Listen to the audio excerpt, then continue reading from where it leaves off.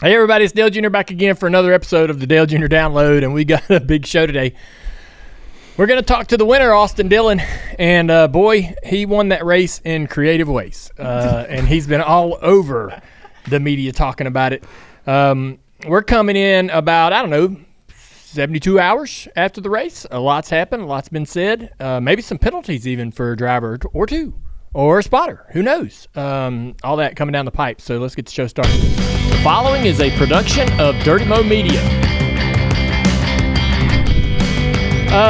Let's get right to it, man. There's a controversial finish, obviously, with Austin Dillon. If you've been living under a rock, I think you probably still heard about this.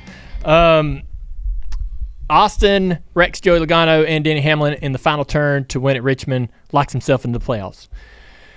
Joey Logano says he's a piece of crap. He sucks his whole career.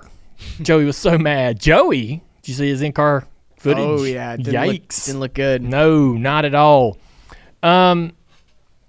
Yeah, a lot going on there.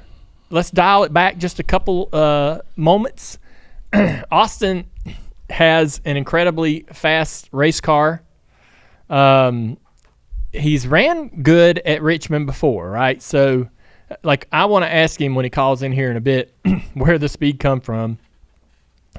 But they have had some good runs at Richmond in, when they typically, run poorly or mediocre or whatever you want to call it. I don't want to give them too hard a time. They've been RCR's been beat up this year because of the performance of Kyle Busch.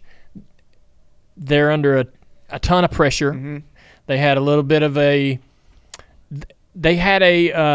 Petrie leaves in the middle of the season. Not a lot was made about that. Maybe it wasn't anything. Maybe it was just Petrie saying, I'm going to do something different. I'm just saying that RCR's had a tough year, and they've been under a ton of pressure. A couple things that I'm going to see if we can learn a little bit about when we talk to Austin is, where did the speed come from for this weekend?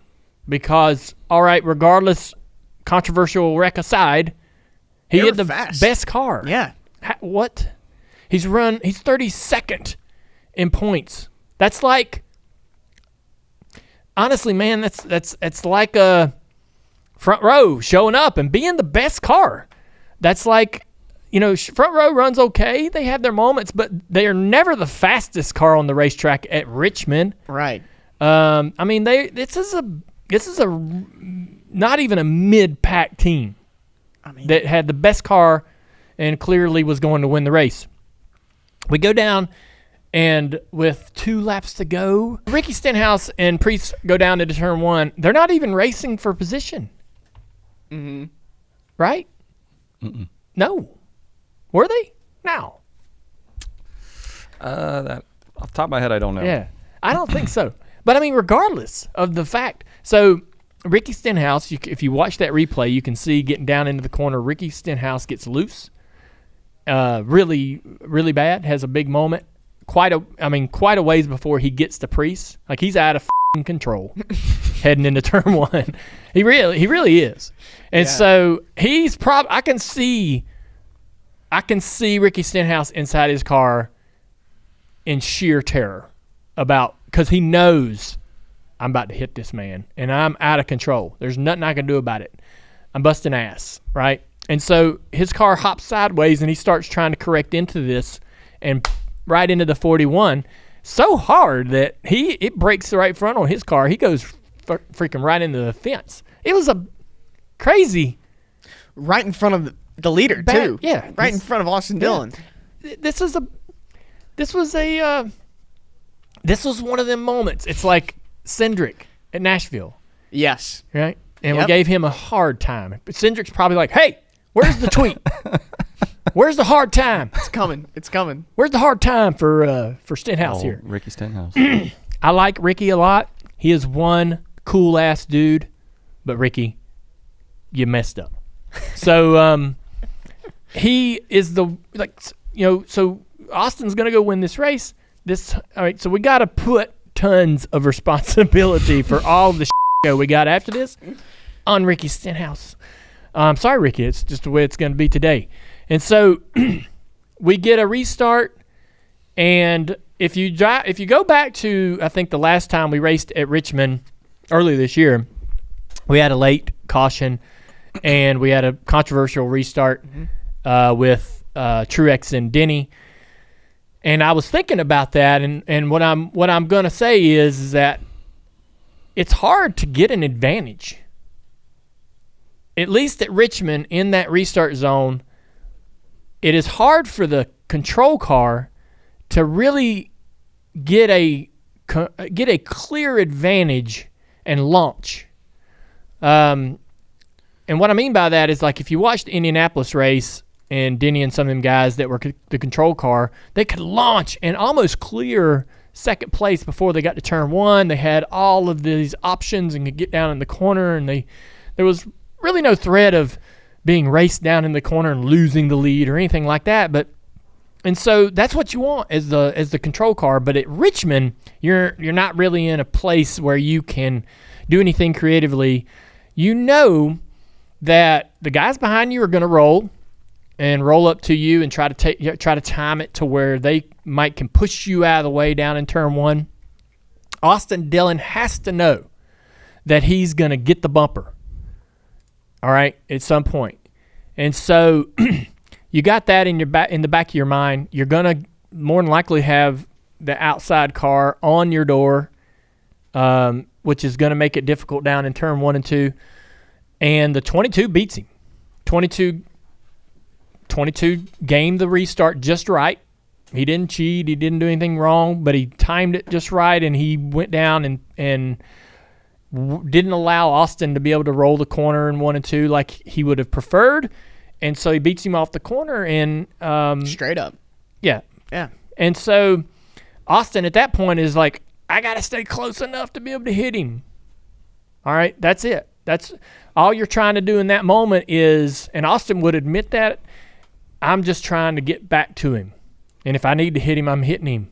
I'm 32nd points. I'm going to do whatever I need to do. And so now as they go down into that last turn, Austin definitely would have liked to have been closer so that it didn't look so desperate. Mm-hmm. But he's absolutely desperate. He goes down in the corner and hits Joey, which I don't really have a problem with. Even as big of a Hail Mary as that was, I mean, it was a full intent, not even trying to make the corner. I'm going to do everything I can to knock this guy out of up the racetrack or spin him out. I don't care. I don't care what happens to him. I'm getting to him and hitting him. This is it. This is all I got. This is my only chance. I don't really have a problem with that. I don't love it. I don't, in the Cars Tour, you're gonna get disqualified for that move. NASCAR doesn't have a rule for this. They don't have a rule against this. Now they have penalized people for spinning people in the past. You go back to Sonoma, I think sometime in the 90s, Ricky Rudd and Davey Allison. So I mean, there's a precedent from way back where someone was penalized for turning a car to win the race. Mm-hmm. And so, but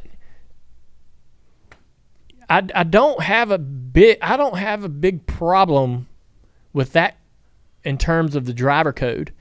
Now, what happens after that is the big controversy. So, in my eyes, so he goes through the 22 car, and then what happens next?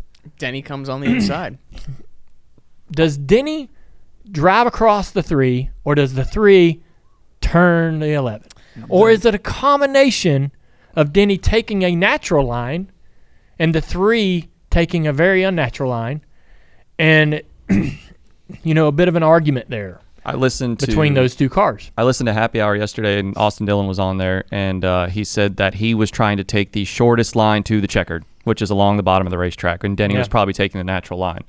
That was his words. Take it for what you want. Yeah, but I know that Austin's looking at the start-finish line, and I know Austin's like full throttle, get there fast as I can. But he's an elite. He is as much as people want to give him for being mid and average or below average, whatever you want to do. A lot of people give him for being in the position he's in. He's still a very good race car driver in terms of the general population. He's doing this enough every week. There's no question he sees and feels and understands where Denny's at, right? All of your peripheral and all of those things are overtuned, and you're all this information's coming at you and you're processing it. And so, yes, he's trying to get to start finish line. Yes, he's focused on that and looking forward, but he definitely sees and feels a car right here to his left. And so, not that he says, hey, man, I didn't know he was there. I'm just saying, like, you know that car's there. Now, they come together. There's some there is some data. So the SMT is public. The SMT is out on the internet. Usually we don't get this SMT put out publicly, but it is in this case. And you can see when the cars come together, either moments before or during the contact of 11, Austin steers left. Now, a lot of people are going to look at that and go, well, there it is. He's red-handed, right? You remember Jack Sprague at IRP when he wrecks Ron Hornaday and he's got his white gloves on and everybody, I mean, it's like so right before they get in the corner, he goes, right? Well, you could argue that Jack Sprague was just chasing the back of his truck. Did his truck get loose, or did he truly steer into Ron and wreck him? And so there's that debate. I can look. The data is there, the SMT is there, but it still doesn't convince me. The only thing that is really going to convince me is somebody admitting that they did it. And so I guess what I'm saying is, like, you could argue, if you're in the Dillon camp, man, Dillon turned left at the point of contact to keep from going into the wall with the 11, because when they come together, the 11's gonna crash. Mm-hmm. Right, and if Austin doesn't steer left, he's going with it, right? And so Austin certainly turns left, right hooks the 11, but was it to save his own ass? Was it question? Right? And so he was asked straight up, did you mean to wreck the 11 in his post-race press conference? And he said, I mean, it was reaction. That's the best way I can say it. It was super fast. So the mean to was definitely to move the 11. The rest was just whatever my body did. I don't know what that even means. So are you blaming your body for doing that? Like, it's just a bang bang. Don't ask me, ask my body. I don't know. What did you say? That's a very confusing. If you didn't mean to wreck him, then you just come out and say it. Yeah. You don't say my body did it or it's a reaction. That's what you immediately try to get that out there so you don't get a pen. Like he didn't say it, but he didn't deny it at all. No, he didn't. Yeah, that's a good point. So, that's something I think that we'll all debate or that's something that I wish we all had more information or the truth on is, like, what really did you want to achieve there? And it was kind of a bang bang play, but definitely bang bang for Denny for sure. Let me ask you. So I heard the phrase "chicken move" being thrown out by Joey Logano and a few other people. I think Bubba was another driver who said about that. About 1 million people on Twitter. Do you agree? Was what Austin Dillon did a chicken move? I think whether the 22 or the 11 or both. What do you think? Yeah, I think that Joey has been on the other side of that quite a few times. As mad as Joey was, there's a lot of examples of him sort of being in the same situation. I think what Joey was mad about is, man, you came from 4 cars back. When we're going down the back straightaway, there's some drivers that would be in Austin's shoes and go, I'm beat. I'm too far back. Now, if I was 2 car lengths behind or 1 car length behind, I'm definitely hitting the hell out of the 22. Every driver in the field's going to do that. Yeah. Every driver. Now, maybe not every driver, but I would expect every driver to do that. It used to frustrate the hell out of me when Truex wouldn't move people out of the way. And so there are some drivers that don't get physical in those moments. They're just like, hey, can't pass you clean, can't win clean. And so, but I'm all right at Richmond, especially if you're within striking distance to move the car for the lead. I'm all right with that. But when is it desperate and maybe like where's the line? Almost? And so it's part of that is the distance you have between you and the lead car. Logano thought that he had earned enough of a distance for the 3 to go, yep, he's got me. If I sail it down in there, I'm barely going to get there and clip him in the right rear. And it's an unwritten, there's no rule book, there's no pamphlet, but there's a code of, dude, you don't come from 4 car lengths back.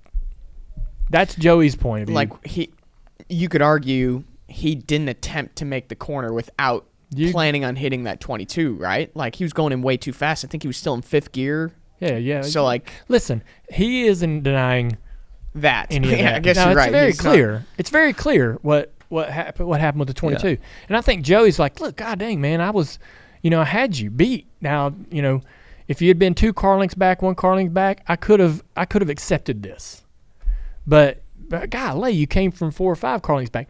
It's trivial, I know, but that's kind of there's some drivers that believe that, when you're as far back as the 3 was entering turn 3, that you don't make the move, that it's over. The race is over. And Joey honestly was sitting there probably coming to the white flag thinking, I'm about to freaking steal this. Mm-hmm. Right? Yeah, and had it in his mind that, man, I look in the mirror and I've got it. And he goes down it's over. Back straight away like, oh, I'm good. No way. And so, but again, man, Joey has been on the other side of this, and definitely like he sent Byron into the wall at Darlington. I mean, it's fair game. He's had dust-ups with Denny at Martinsville. Yeah. It's just short track racing, that famous quote. The thing that's gonna really, I think the thing that's really tough for everybody is the 11, the deal with the 11. I mean, what do you think? Was there intent? Do you think there was intent to wreck the 11? Yeah, I think that he didn't care what happened to the 11. To me, that's intent. Like if you don't give a then you don't if you don't have enough care at that moment to take care of the driver next to you, which to your point, it's the code, right? You're not dive bombing someone 5 car lengths back.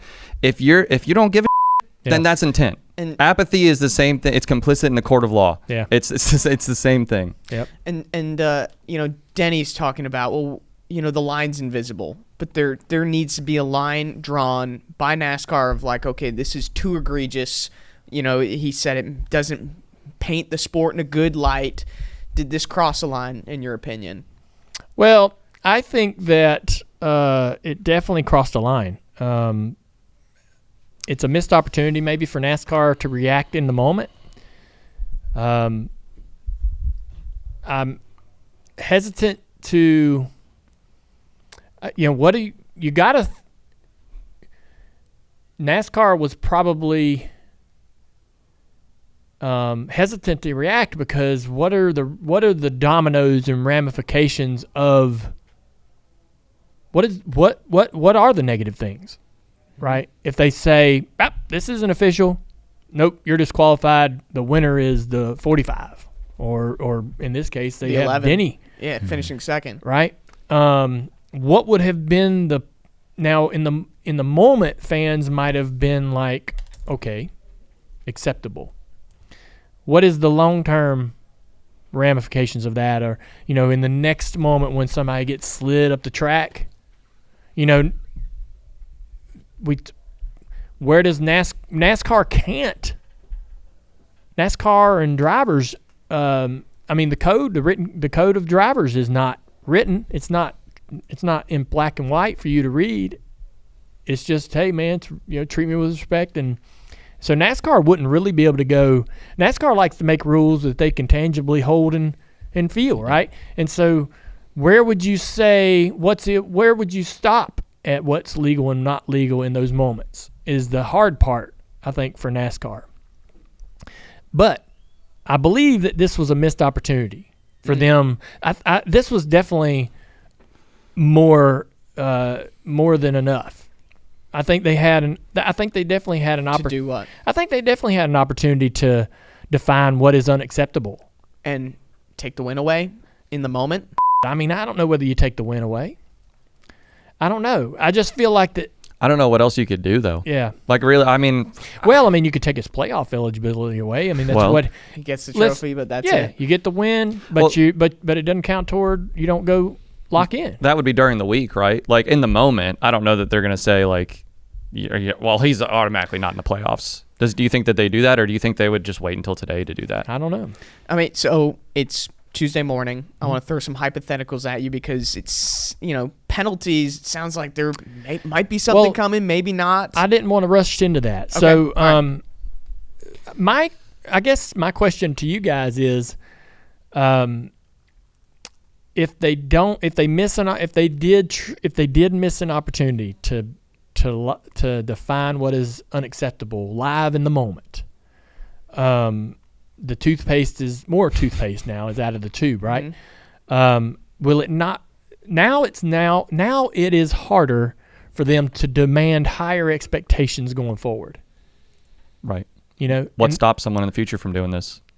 When these things would happen in the past, Mike Helton would stand up in the next drivers' meeting the next week and say a few words, and now he was convincing. He was a convincing dude, but they don't really have that guy anymore. I don't know that there's an authoritarian figure in the garage that the driver, when he speaks, the drivers go, "Oh, yes, sir. Listen. You bet. You got it, man." That's the way Helton was. Nobody messed with that guy, and now we don't.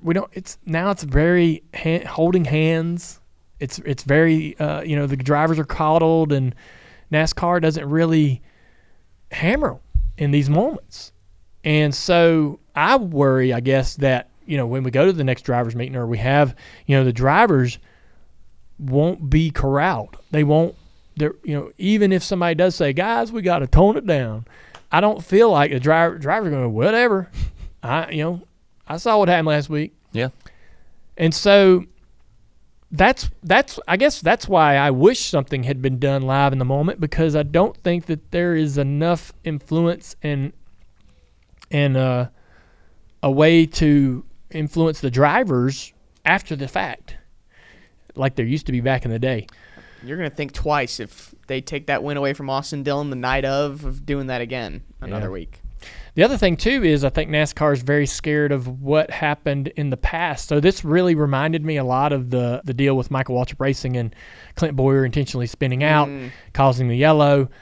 They end up pulling Truex out of the playoffs, or they added Jeff Gordon. It was a freaking disaster. Yeah, it was, and ended up, a lot of people would blame that moment on the demise and ultimate closure of Michael Waltrip Racing. And so you don't want to put the nail in the coffin on a race team. Definitely not. If you're the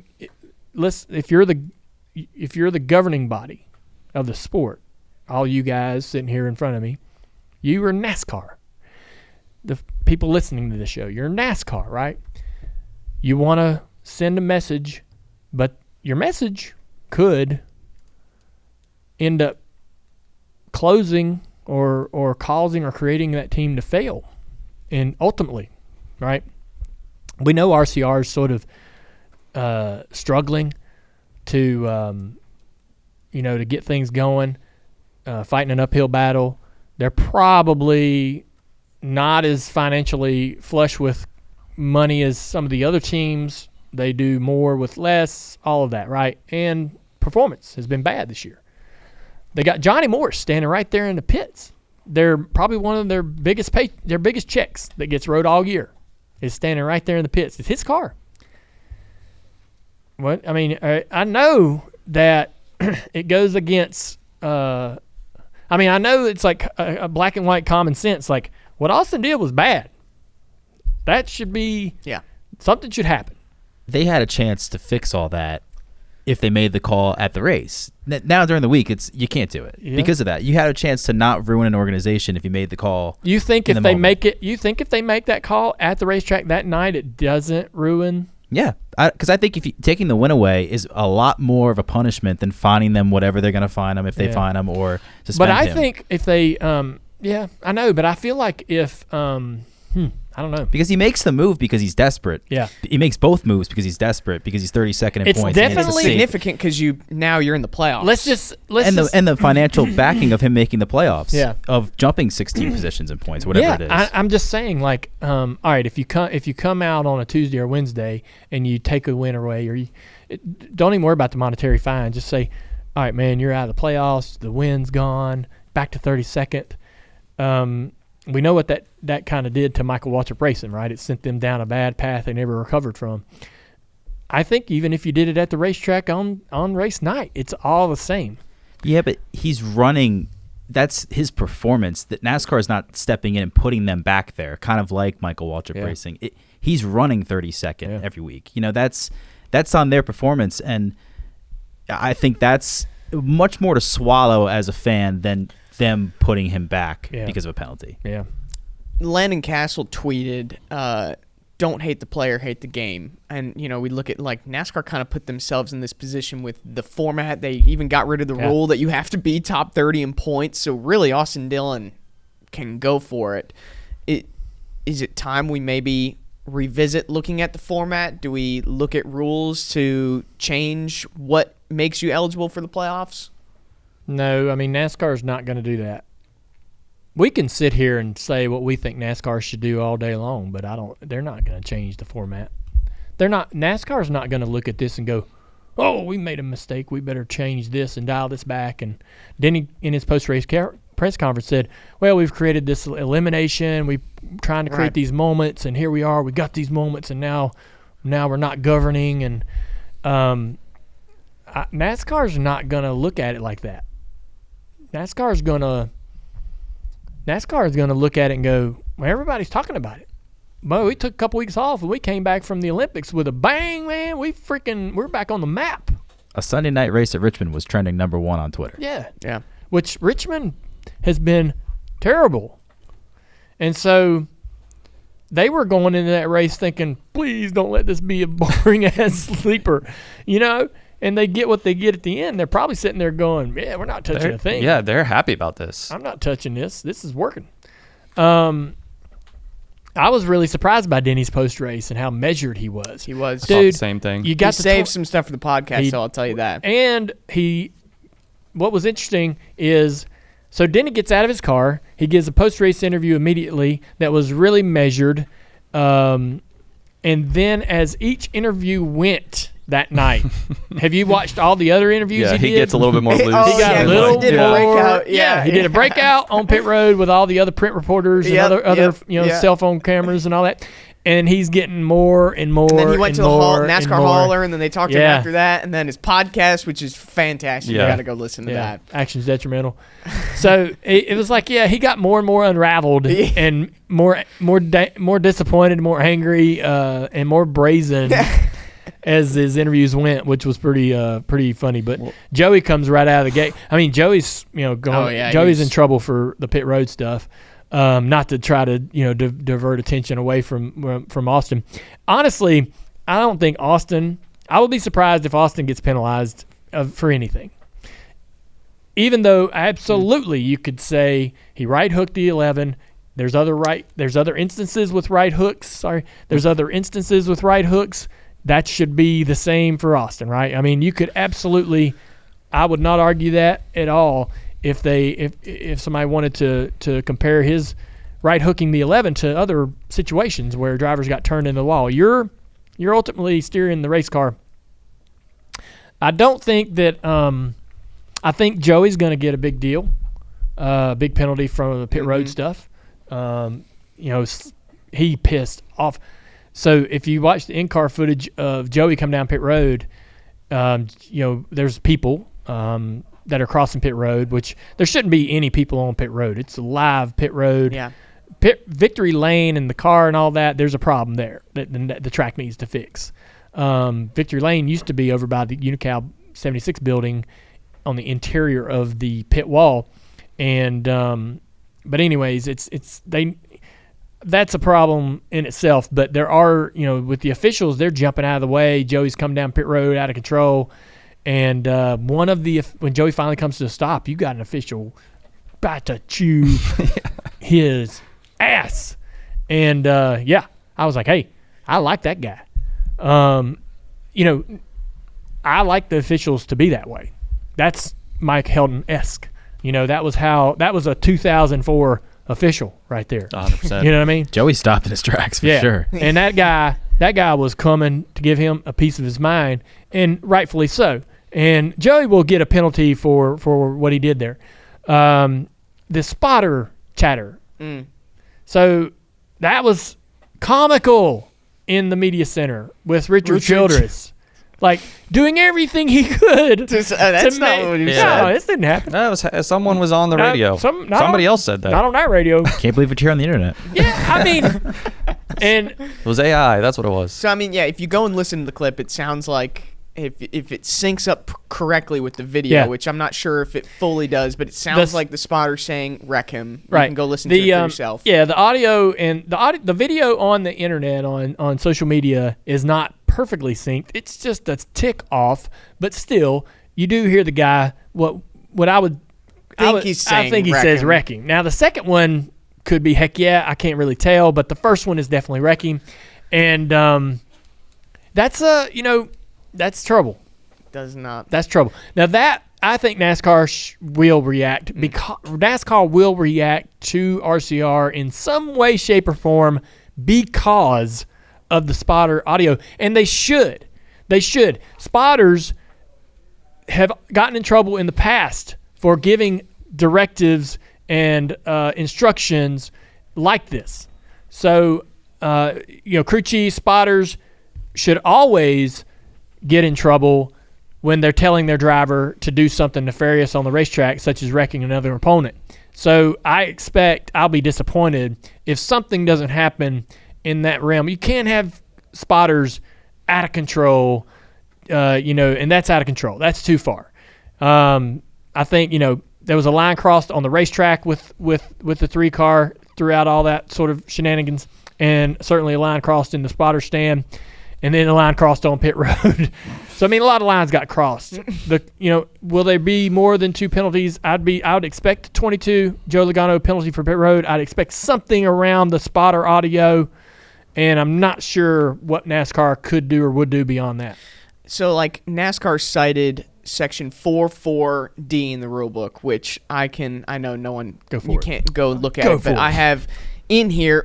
They've cited the last 2 suspensions from right hooking, and one of the examples is clearly forcing another competitor into the wall in an abrupt and unambiguous manner, and so on. So that's what I saw. Is this grounds for suspension then? He called for Austin Dillon to be suspended after Gateway last year. Yeah. He said, I got right hooked right into the wall. I mean, almost the exact same kind of move. Yeah. So maybe we wouldn't be shocked if NASCAR came out and said Austin's sitting out a race.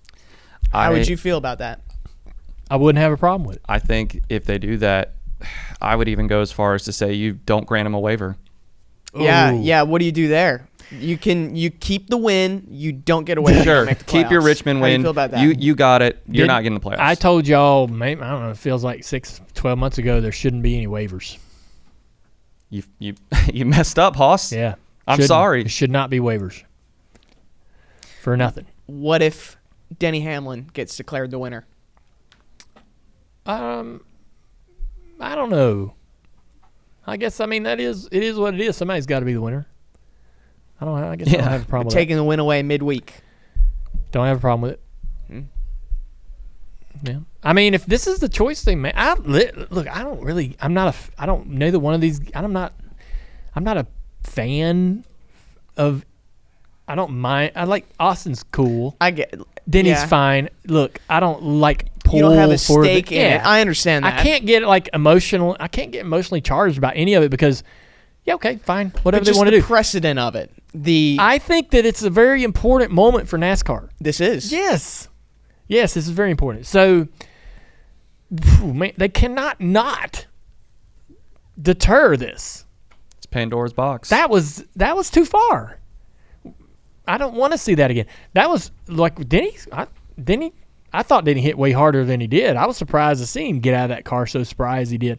I thought he freaking pounded the fence. Mm-hmm. It depends on how you look at it. I mean, we all could sit here and say, yeah, he wrecked the 22, he wrecked the 11, penalize the 3. I could totally understand that argument, but I could also understand like saying, that the 11 and the 3 sort of met in a bad spot, and that was unavoidable. What would happen to the 11? Because again, if the 3 doesn't steer left into that, he's going with him. But it's his. But he is responsible. I think once he sent the 22, he's like, I'm gonna. Screw it. I got to. It's win or get in. Yeah. It's all or nothing. Yeah. And I can't blame him for it, I guess. But man, what a.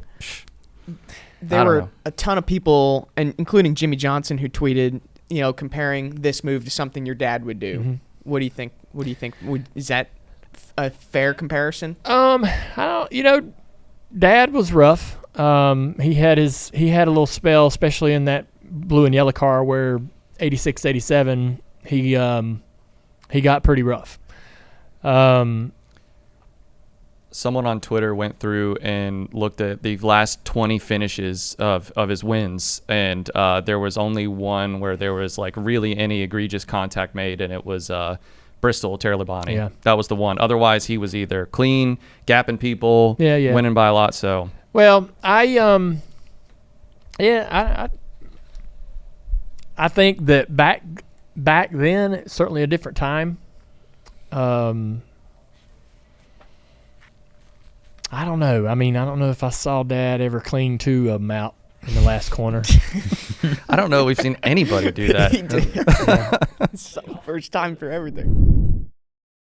Hey, everybody. I want to talk to you a little bit about Safety Culture. You may know Safety Culture's logo from Shane Van Gisbergen's car, but Safety Culture is more than just a sponsor. It's also the workplace operations tool for the Trackhouse Racing team.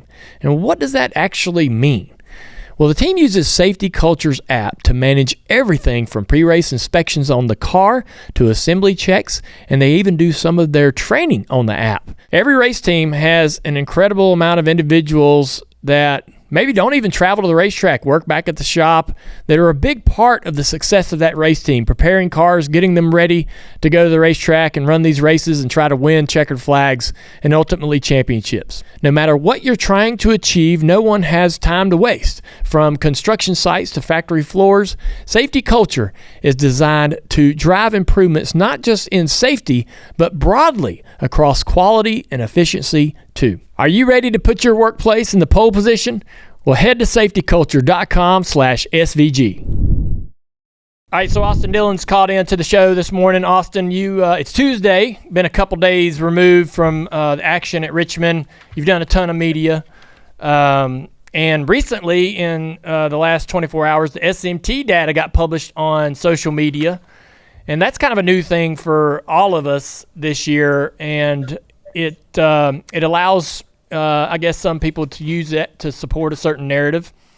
What is that like for you, I guess, as a driver when, in the past when you would go through something like that happened on Sunday, it was he said. Now there's SMT data that everybody thinks they're experts on analyzing, and that information's out there. It shows you steering to the left when there's contact with the 11, but that could be, and you could explain that away. So, what's your take on that? Yeah, thanks for having me on, Dale. It's been a minute, and I'm pumped to be on the show. And my voice isn't very good, but I'm going to give you my explanation the best I can today. For me, I'll start with let's go back to going into turn 3. Obviously, I'm doing everything I can to try and give my team a shot to win. I'm trying to get Joey loose. As I go in the corner, got a lot of speed, but actually I kind of had the car under control pretty good with a hard entry. I end up, I think, second lane middle when I get the car pointed to come back down the hill. On exit of turn 4 at Richmond, the track naturally drives you to the wall when you're running the yellow line. Denny's on the lower line. I've got a really good diamond kind of angle at the track at this point. So my vision is clear still, and I'm looking at the start-finish line, but my straightest point to the start-finish line is about mid-track, which isn't optimal for like the guy coming up the track. Denny, I think in his podcast, said that he didn't even know I was there. When he came into my view, he's carrying more speed than I am. If he clears me a little bit further, none of this happens. If he's half a car length further back, he takes me to the wall with him, and we crash at the wall. When he comes up, I'm headed to the same angle as I am. His right rear catches my left front. At that point, if I hold the wheel right, I'm going this way. I mean, I'm trying to turn my car to keep the same direction I'm going at that point. The Denny part, I hate it. Denny protected me earlier this year on his podcast when times were really tough, when we were getting wrecked out and just not running worth a darn for the last 2 years. And shoot, I'm in his basketball league. I'm supposed to play him Thursday in basketball. Are you going to go? Huh? Are you going? Go? I don't know. I think Paul broke my rib after the race when he punched me. It was already hurt from the previous weekend playing, and he hit me in the same exact place. But yeah, I kind of want to go and just show up because one, I haven't talked to Denny yet. I feel like Denny's very honest and open about a lot of things. I think in this situation, he's probably in a more torn place than he's ever been because one of his cars is now in the bubble in the playoffs, right? So I thought his first reaction after the car was fair. I mean, he knew what I was having to try and do to win the race. And when he said that he didn't know I was there on the outside of him, I really don't think he did. And like I said, I was just trying to go the same direction I was headed because that was the fastest way to start-finish line for me. What's the last, several hours or several, you've had a few days to process this. You've done a ton of media as the winner truly, tends to do. Probably more, though, because people want to get your point of view on what happened Sunday night. And you've had a bit of an opportunity to process it. So, I think I would encourage you to go to play basketball with Denny because he did seem to have some understanding of whether he might, he didn't like it, but he did seem to have some understanding of what your thinking was. But where are you now? I guess a couple days removed from this, there's the potential for NASCAR to have some kind of a reaction today in terms of everything that happened between Joey on pit road, the spotter communication. I would expect some reaction from NASCAR. Do you have any idea what that might be, or what would you expect NASCAR to do?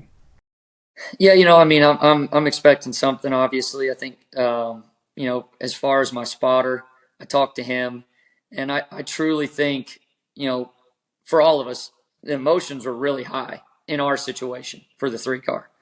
We've been beat up, banged up for a while now, and with 2 laps to go, we had a 3-second lead at Richmond, and a caution comes out that probably shouldn't have ever happened, but it did. And then now we're here talking about things that take away from the car that we really had and the opportunity that we took. From our spotter, I feel like he became a fan in the stands on the last lap of Austin Dillon and RCR. He was just saying what came to his mind in the moment, and it was wrong, and I'm sure there's going to be something from that. But what he was saying didn't change what happened in turn 3 and 4. I'm driving at that point for all it's worth, and he's just keying the mic talking. So I know he's bummed about that, but I mean, he's had my back through a lot of the rough patches that we've had over at RCR, and I can't, fault him for being a fan in that moment. Where did the speed come from Sunday? You guys have struggled. It's been a tough year, probably one of your toughest in the Cup Series. A lot have been made of being 32nd points before the race. How do you, and you have ran good at Richmond before. Is that just a track where y'all just have have an understanding of the package you need. But I mean, no one expects you to have a winning car, a race-winning car, and you had the best car there. Yeah, no. For us, that track, literally, if you asked me when I started my Cup career what was my least favorite track, it was Richmond. Struggled there, couldn't find anything. I tested there with Justin with the old car one time, and I kind of found a rhythm. And Ryan Newman kind of helped me actually with a line there. And I've always stuck to this line that's a little lower on the straightaway. And it works for me off of turn 4. I think it saves my tires, and I enter super low and hard into 1 and 2, and no one kind of runs down there. I've seen Harvick used to do it, but yeah, it's just been, for me, it's a place that I've got a feel for, and we built a car around it, and it really started at the simulator where we felt like we hit on some things, and really none of the other key partners were set up like us. We just had a different setup, and went to a brake package that has seemed to be better for us. It started back at Gateway when we had a pretty good run there, and led some laps. And I think that momentum, and then the option tire, we were really good with it at North Wilkesboro. Didn't get to showcase it. We had the pole at the Open, and rain came with a car left, and I think we were going to keep that pole. So it started back there on our short track program getting better, and we kind of just stuck to that same program and unloaded, and it was good. You said that change is coming for RCR. I kind of want to know what that looks like. I've said on our show here that I think your location creates a lot of challenges. Tell me, how you said that, you may have said that some things in the off season that you have planned coming up that should make a big difference in y'all's team going forward. You've got Kyle Busch that, when he doesn't run good, it's a big spotlight put on you guys, and even more so than ever. So what are these changes? How can you be that confident in what's coming down the pipe for you guys? Well, I think that, my grandfather has done a good job of wanting to get better, consistently. And I think we have to make changes to do that, and some changes will be made. I'm excited about it. Obviously, I think the garage knows that, there's some strong people out there that are moving around. And I feel like we did a good job in what would you call like a free agency type period, that we're going to bring in some good talent that should freshen up the blood over at RCR, and just some good people. We've got people that have been at RCR for a very long time and really care about how we run, but it was time to kind of bring in probably some new people, and I think that should help in the off season. And truthfully, Keith Rodden moving from a crew chief type role to the competition director, I think he kind of found a role for himself. He's a really smart guy, and he is making us work together more. And I think some good things are coming for what I can say. So you know what's happening, but it's something you guys haven't announced or don't want to quite announce yet because of some current things going on in the sport, I'm assuming. Yeah, it's just silly season is kind of wild in NASCAR, obviously, and we're waiting to make the calls when we can. And why did Petrie leave?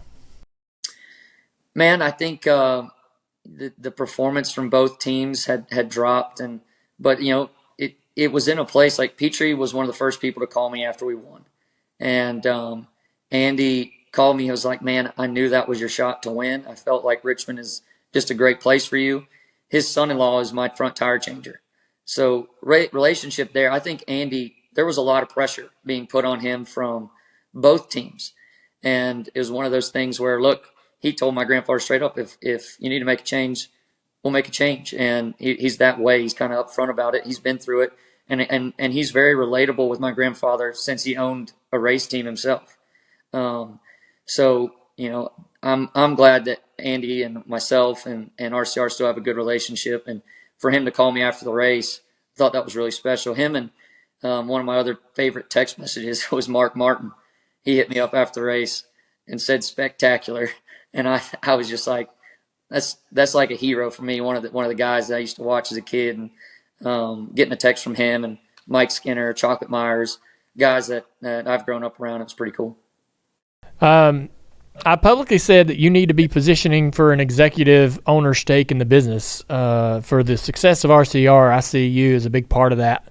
Having driven the cars and been around this since you're a child, it just seems to make sense to me. Is that realistic? What is the 5-year plan for Austin, the driver, and Austin as a member of RCR? Yeah, so I'm thankful you said that, because it means a lot, and I care about our business as much as anybody. And that's where you see the determination to keep on going, because, it's a tough sport, man. You got the ups and downs with it, and it's impossible not to hear everything around you. And I definitely love coming across the railroad tracks there and welcome and working with the people, the men and women there. And so for me, I've had a lot of fun being the GM of our Carolina Cowboys, and I've learned a lot through our PBR team about people and contracts and what all really it takes to run a business. Watch my grandfather. The guy's got some crazy energy, blood in him that allows him to just go. At his age, it is super impressive. So if he comes to me and says, "Hey, look, at this point in time, I want you to help more," and I am already, and my brother's starting to help a little bit too, and a lot of the things that are going on, I've been involved with as of late. Even getting Kyle was one of those big things, and I want to do that. Obviously, I've watched my grandfather fight for his company for a long time, so I want to keep it going and feel like I'm in a good place to do it. And my dad's experience helps that. But my contract right now is as a race car driver for 2 more years with RCR, and so 5-year plan. We see what's going on in year 2 of my contract, and if I'm best suited as getting out of the car and putting somebody else in it, I definitely would love to be a part of that conversation with my grandfather and Mike Verlander. I think that's another guy underrated that we have gotten, who's been awesome for our company, that is coming in, and you'll see more of. He was Kyle's manager for a while, worked at Stewart Haas, and Mike has just breathed a lot of commitment to making the 8 and the 3 run well. And he talks to Kyle really well. Obviously, they have a relationship, so he's been a plus. I'd love to help run it alongside of him and my dad, my grandfather, in whatever capacity it is. What'd Kyle Busch say to you when he leaned down into the window after the race? He leaned down in the window and said, I said, "Man, that got wild." He said, "It didn't matter. You won it either way." He said, "You were the best car, and you dominated." So, which means a lot to me. Means that we got to do everything we can to help Kyle get to victory lane to get a playoff spot as well. And, Kyle is one of those people that you just got to respect because of his commitment to winning at all costs, just like all the great race car drivers. And, he's had a frustrating season for his standards as well. And we all feel that at RCR. And we've got to get him to where he's capable of running, and that's running in the top 5 and winning races each and every week. And hopefully we can start that momentum now. All right, man. Well, we've kept you longer than I told you we would. Appreciate you giving us some time this morning. I know you've been busy. I know you got a lot of things going on. Look forward to seeing you make a playoff run and having fun the rest of the year. Thank you, Austin. Thanks, Dale. And at some point I want to get on here and we can talk about some bull riding and some other stuff that we got going on, but it feels good to get on here and just chat about the weekend and performance we had. You bet, man. Hey, go to the basketball game because we want to know if it got awkward. And the crazy thing is, it's just how life works. We're playing Denny's team. So, it's not like I'm playing another team in the league or anything. Wrap them ribs up. I'm thinking about, I already probably wear the most amount of protective gear as it is. I've got a girdle with pads, ankle braces, knee pads. I got to be 6 pounds heavier. So yeah, I might as well go ahead and get a rib cage shirt or something. Yeah, you should, just for fun. Yeah. All right, man. We'll see you. When I think of my summer plans, sports are almost always top of my list. And this summer, there's been no shortage of excitement in the sports world. From NASCAR races to baseball games, FanDuel helps me keep up with the latest action. All I have to do is open the app and make up any of the bets I'm in the mood for. FanDuel helps me keep up with the latest action in the sports world. And this summer, FanDuel is hooking up all customers with a boost or a bonus daily. That's right, there's something for everyone every day. This weekend, NASCAR heads to the Irish Hills of Michigan, and with only a handful of races left until the playoffs, tensions are starting to heat up. Head over to FanDuel.com/Dale to start making the most out of your summer. FanDuel, official sports betting partner of Major League Baseball. 21 plus and present in North Carolina. Opt-in required. Wager requirements apply. Bonuses awarded as non-withdrawable bonus bets or profit boost tokens. Restrictions apply, including bonus expiration. See terms and conditions at FanDuel.com/sportsbook. Gambling problem? Call 877-718-5543 or visit morethanagame.nc.gov. All right, so it's good to get Austin on the show and get his take. And I was expecting him to describe that contact with the 11 that way, because that's his only argument is to, say, hey, man, the only way I could keep myself from going into the fence with the 11 was to turn left. That's why the data shows what it shows, and I think that's the only way he can keep himself from any more of a severe penalty from NASCAR. He admits to, doing what it took to get to the back of the 22. And it is what it is. We've been interested to see what NASCAR does.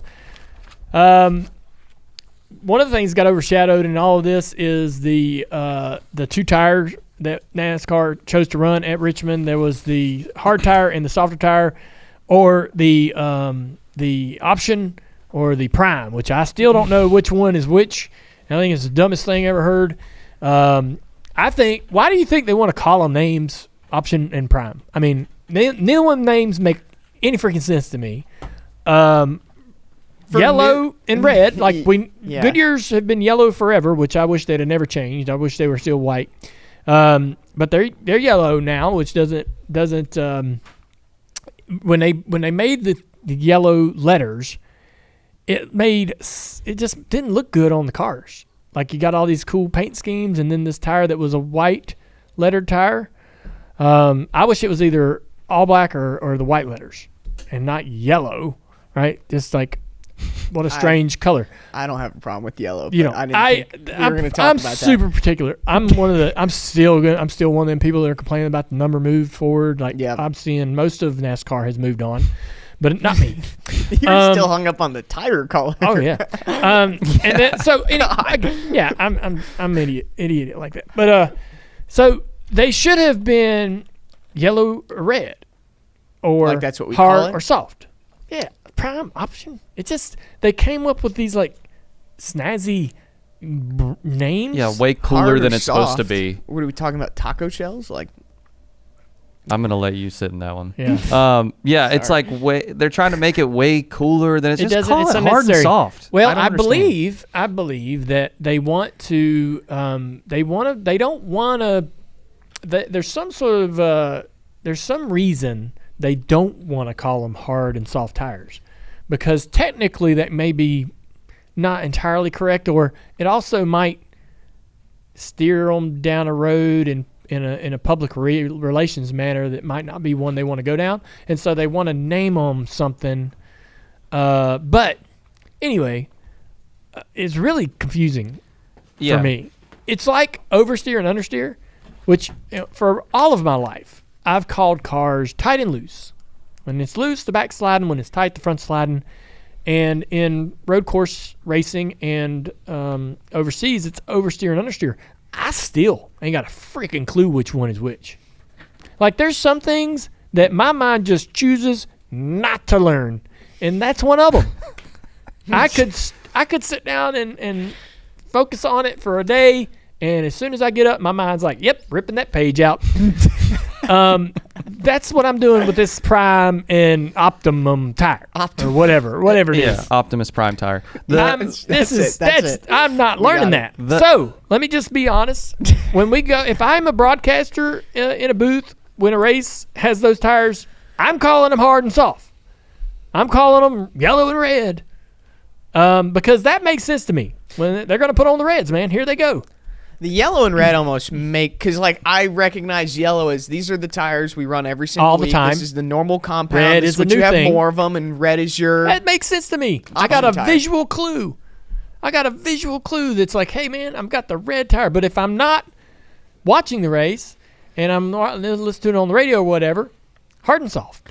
Yeah, the radio would have to be impossible how to tell the difference because it was hard enough watching on TV to figure out. I mean, unless I was looking exactly at the pylon. But I'm then telling you, radio would be terrible. I'm not doing this Prime and Optimum or whatever, option, whatever. USDA I don't You know. still haven't learned how to. I'm not. I ain't doing it. Tire. I ain't doing it. I'm sorry. I love you, Goodyear. Not doing this. Nope. I'm glad you can draw a line somewhere. Does that cross the line? Hey, I do want to say, good job, Goodyear. Hey, Oh, yes. the tire worked. It worked fantastic. like Yeah. a freaking charm. Yeah. What do you say to the people? Sorry. Listen, everybody. Focus on this. Don't focus on what Andrew's about to bring up. Okay. Focus on this. NASCAR is learning, and Goodyear is learning what they can do with this tire.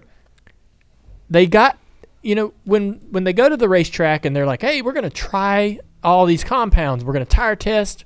We're going to take 3 cars to a racetrack that is not in race form.